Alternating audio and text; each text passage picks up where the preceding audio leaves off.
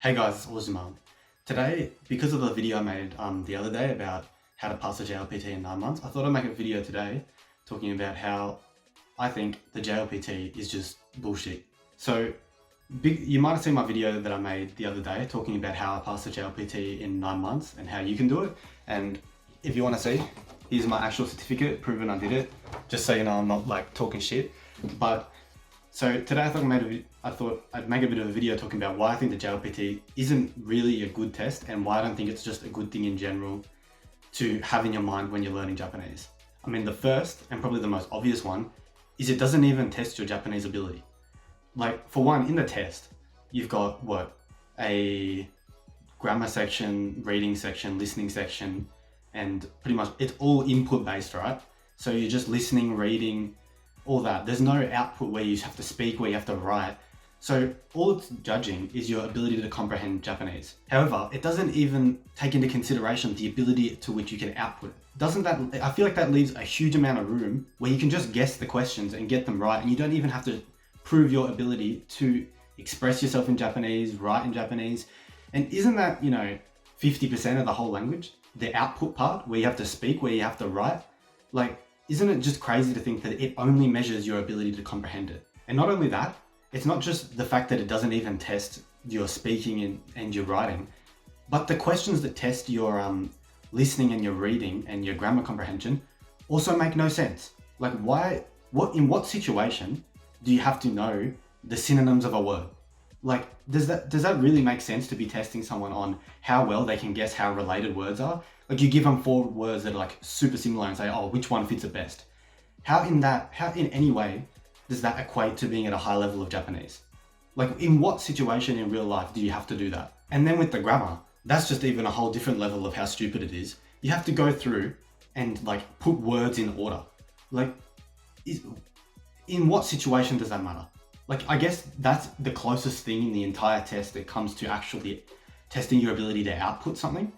But still, like, in what situation in life do you get a sentence and you got to sort it out in the correct order? How does that make any sense to test someone on that? And how does that prove someone's good at Japanese if they can do that well?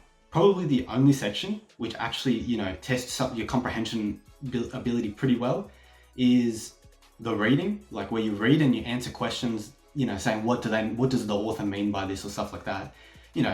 That actually tests your ability of comprehension of it because you're reading a passage and you're given the answer. But other than that, what is there in the entire thing which, makes any sense to have on the test?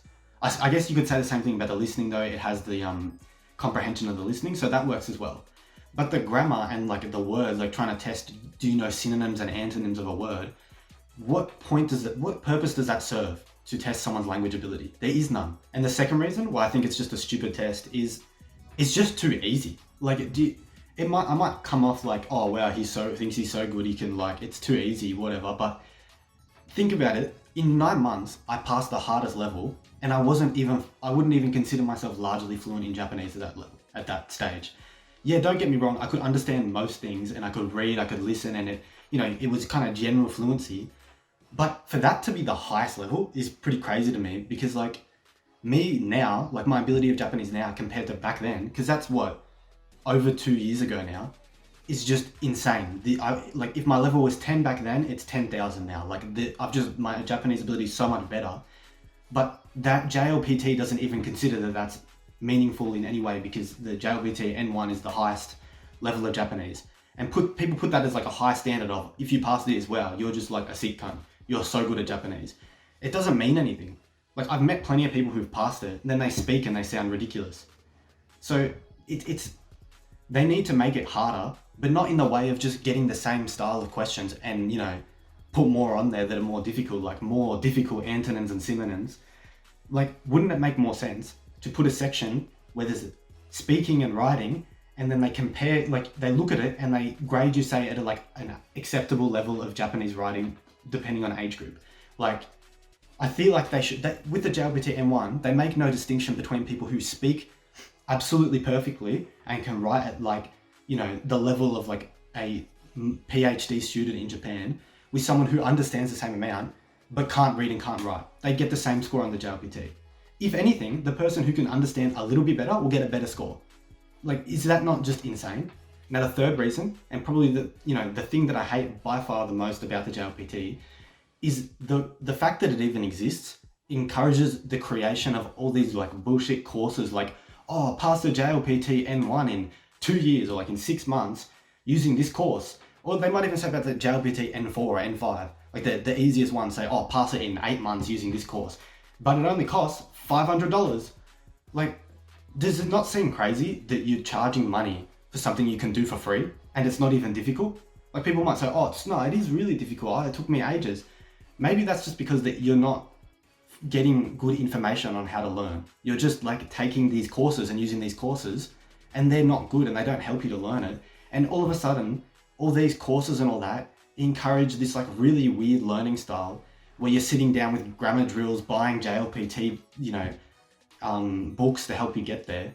And it just encourages, such terrible language learning habits, like, methods to learn the language, which are ineffective, cost so much money, and they're just useless. It's just a big scam. It's ridiculous. I don't know. That's probably the biggest thing I have with the JLPT. And that's not even to do with the JLPT themselves, and the people who create it. It's more to do with, the scam artists essentially, who go around this whole idea of there being a JLPT and try and sell you products to pass it and charge just insane amounts of money for something that you can do for free. And the fourth and final thing that I hate about the JLPT is it encourages this kind of way of thinking in the whole language learning community where it's a competition. You have to get to these like JLPT whatever levels. Everyone's asking each other, oh, what level of Japanese JLPT have you done? What have you done? And everyone tries to compete with each other with test scores and all this stuff, which I believe has no place in learning a language because it's not a competition. The whole point of it, the point of it isn't to pass a test. The point of it is to connect with other people and have, this language to do things with. The point of the language isn't to know the language. The point of the language is to use it to do other things. And I think this JLPT and the emphasis on it and people holding it at such a high regard makes people lose sight of what's actually important for in learning a language. Because maybe I've seen people who pass the JLPT M1, easily. They just pass it, they smash it, get almost 100%. Then you talk to them in Japanese or you hear them talk with native speakers, they just sound ridiculous and they don't use their Japanese for anything. Like, what's the point? And people hold them at this high regard saying, oh, these are the best guys. And they try and make it out like, you gotta be like that. Just get as good as you can at this test and pass the test. And all of a sudden it makes it into this big competition with hierarchies and like you're setting a rank to your Japanese ability. And I just feel like that whole culture in the language learning community is just pointless. Like, I just feel like it distracts from like, say, why you should learn Japanese. Like, the point of learning it and the point of getting better isn't to do better in a test and to pass a test. And especially not a test that doesn't even grade your language ability to like doesn't even accurately grade it. Like, the actual point of learning a language and some of the benefits you can get is like, you connect with people better, you make new friends that you would have never met. All of a sudden you can consume media in that content that you would have never been able to consume before because it's got that language barrier there. Another thing, Japan's so different to the Western world, to say Australia, American or like that. There's such a different way of thinking. You yourself can grow as a person by becoming fluent in the language, learning new cultural aspects and using that to improve on yourself. Take, some of the really good parts of Japanese culture, like respect, like, respecting people around you, having more of a community mindset. You can take that and use that to improve yourself and become a better person in the end. But instead of focusing on that, now we've got a whole group of people focusing on passing the JLPT, passing tests. Like, isn't everyone kind of losing sight of why you should learn a language and what the actual important part of it is? Now, at the end of this and hearing all my thoughts on the JLPT, you might ask, if it's so bad, why would you even take it then? Why did I take it? And why did I work so hard to pass it? The reality with it is that there's a lot of things you need it for. So say you go to Japan, people want to see it. If you're in a company, people want to, it's a good thing to have in regards of, say, you want to go to university in Japan, but professional things that they want to see that you have the JLPT for. But my problem isn't necessarily with just getting it. I think if you want to get it and go pass it. But the problem is people set their entire goals around language learning to do with the JLPT, which I think is not a good idea. Because if you just learn Japanese through immersion and use it through better methods and get fluent in it, when you go do the JLPT, you'll pass it, you'll smash it, because it's not difficult. It's not a hard test. It's only hard when you try and study it like it is a test. But if you just study the language and get fluent in the language, you'll be able to take the test and pass it. That's just the reality of it. But I wanted to pass it in a really short amount of time because I wanted to the next year after that, I wanted to go to a Japanese university. I didn't end up going, but I needed that JLPT N1 to apply for it.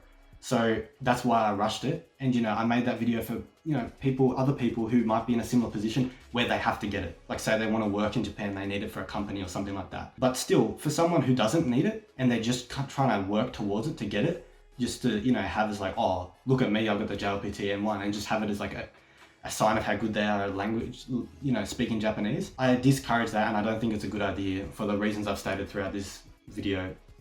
And as you can see, I got a lot of problems with the JLPT. So yeah, that's my kind of thoughts on the JLPT. Let me know in the comments what you guys think about it. I'll be really curious to hear like what everyone else's opinions are on it. But that's all I really wanted to go through in this video. So thanks guys.